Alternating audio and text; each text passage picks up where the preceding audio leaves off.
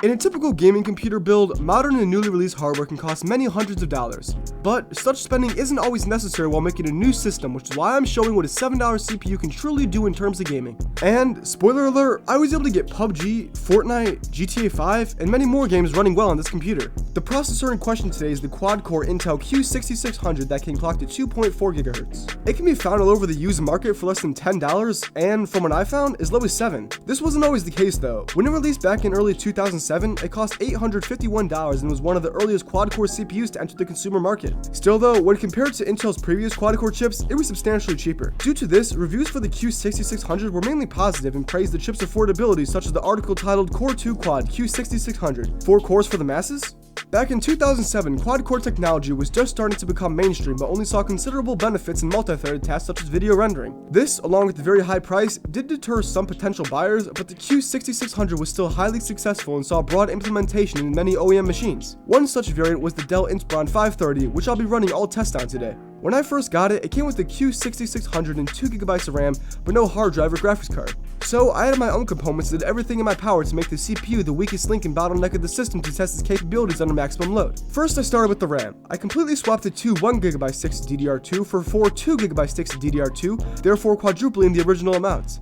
Next, I installed the AMD FirePro V5800. I chose to install this card since it required no additional power cables connections from the PCIe slot, but you'll see more of this card in later videos. However, due to space restrictions, there was some difficulty in maneuvering the GPU into the case, although I eventually was able to. Finally, I installed a hard drive into the system. It came along with some technical difficulties, but I was eventually able to fix those issues. It was a small 2.5-inch drive meant for a laptop and not for a desktop PC, so I ended up just leaving it hanging out the side of the computer case while testing. Aside from the general jankiness of this setup, it was a decent hard drive with a total capacity of 500GB running at 7200 RPM. After installation, I threw Windows 10 in the system to see just how it stood the test of time, since if one was going to implement this chip for modern usage, they would most likely be using Windows 10. That, and also I don't have any Windows XP or 7 installed this. Now, since the Q6600 is quite a dated processor, I expected nothing great out of it. Luckily though, I was very wrong and was able to do some decent modern gaming on the system. All benchmarks performed were done in the 1600 by 900p resolution, but let's just jump right into some game testing and see just how well the $7 CPU performs.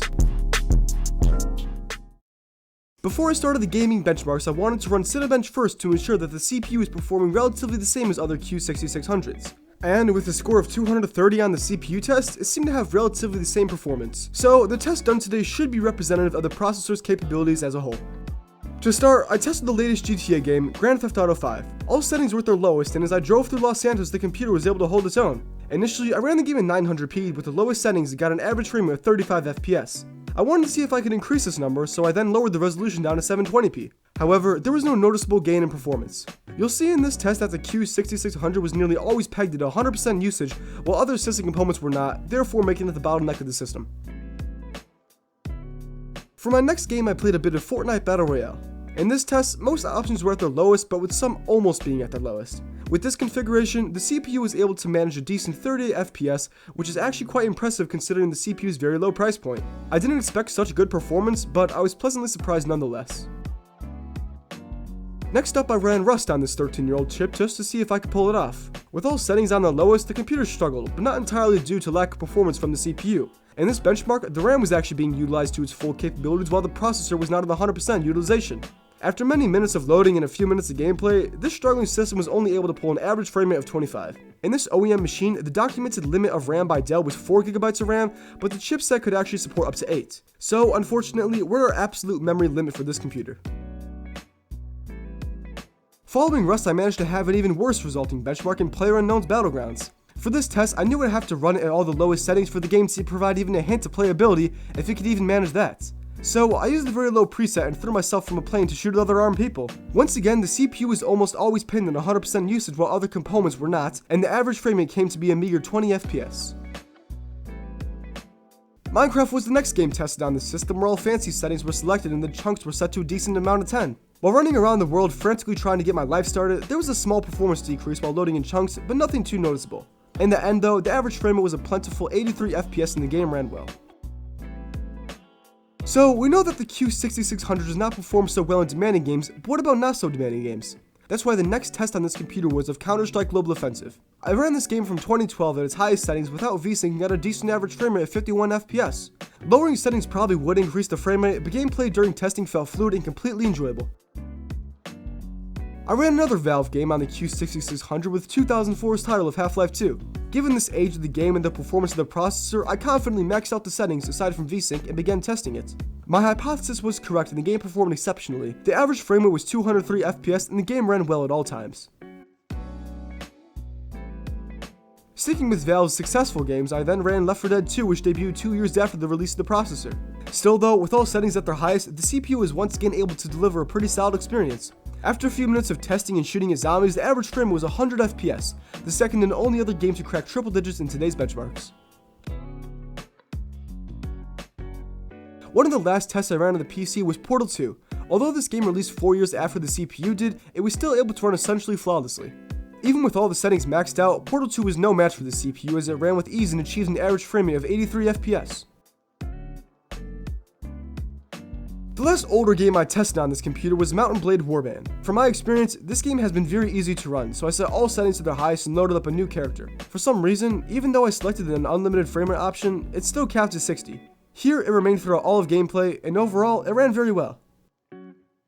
I finished up testing with an indie title, Refunked. This was a more GPU than CPU intensive game, but I still maxed out all of the settings. As expected, the CPU is not the bottom mark of the test, but gameplay was still very enjoyable. By the end of testing, the average frame rate was a decent 30 FPS, but could be easily increased with lower quality options selected. So that's just how well general and gaming performance is on a $7 CPU. And honestly, if someone was trying to build an extremely low-end gaming system, this wouldn't be that bad of a choice. You can get an LGA 775 motherboard for as cheap as $10 on the used market and could probably piece together an entire build for less than $50. It wouldn't be the best at running more modern titles, but running older games or lower modern end games is something that it would definitely excel at. If you wanted to run more intensive games on the system, you could probably consider overclocking or better yet, a game streaming service such as Nvidia GeForce Now. But in today's testing, I did notice something. In many of the games, the CPU was the bottleneck, but in some, such as Rust, the RAM was the bottleneck, or as seen in Refunked, the graphics card was the bottleneck. For upgrading the GPU, you could virtually install any card into it and easily increase your frame rate that way. For the RAM though, I think that the maximum limit was reached at 8GB since I couldn't find any information saying that it could be higher. Either that or the LGA 775 motherboard would only support up to 8GB. I looked over some computer builds from back in the 2007 time period when the processor debuted, and most builds had 2GB or, if you had more money, 4GB of RAM. Running 8GB was possible, but very costly.